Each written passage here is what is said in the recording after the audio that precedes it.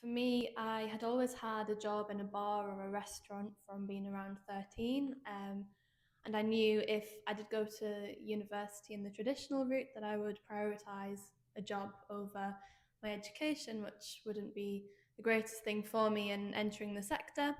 So I kind of felt like the apprenticeship was the perfect way for me to carry on working whilst gaining my degree.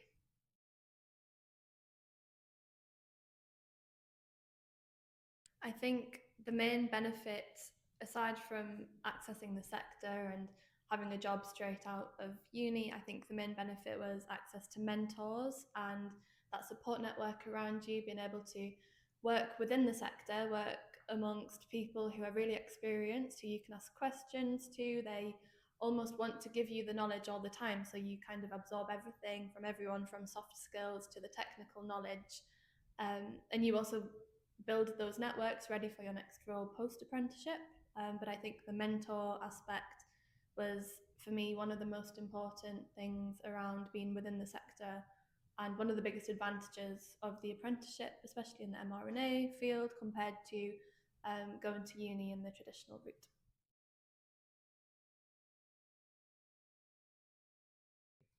I think my apprenticeship specifically, I worked on high potential modalities such as mRNA. At the time when I did my apprenticeship, it wasn't something that you would have worked on at university. Doing a biotech degree like I did, you would work on your standard bioreactors and that kind of thing. You wouldn't necessarily have hands on experience with mRNA technology and that technical aspect. You're in the lab every day rather than kind of your couple of days every term, which is then you're then able to apply that to your wider work and the university work. So you've got that hands-on experience, which really helps with your academic journey. Yeah, so I think my technical experience really has helped that transition into the world of policy. First of all, being hands-on in the lab, you understand the challenges a bit more in depth compared to kind of coming in from a policy angle, looking in life sciences policy. You have that background to then apply the policy to.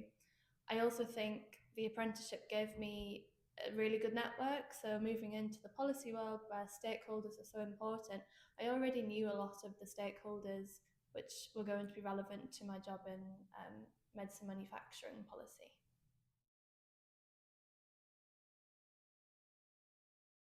I think do it.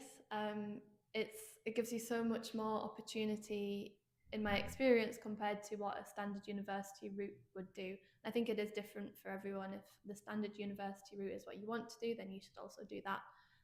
But I also think a big piece of advice is to not turn down any opportunities. As long as time allows for it, then always go for it.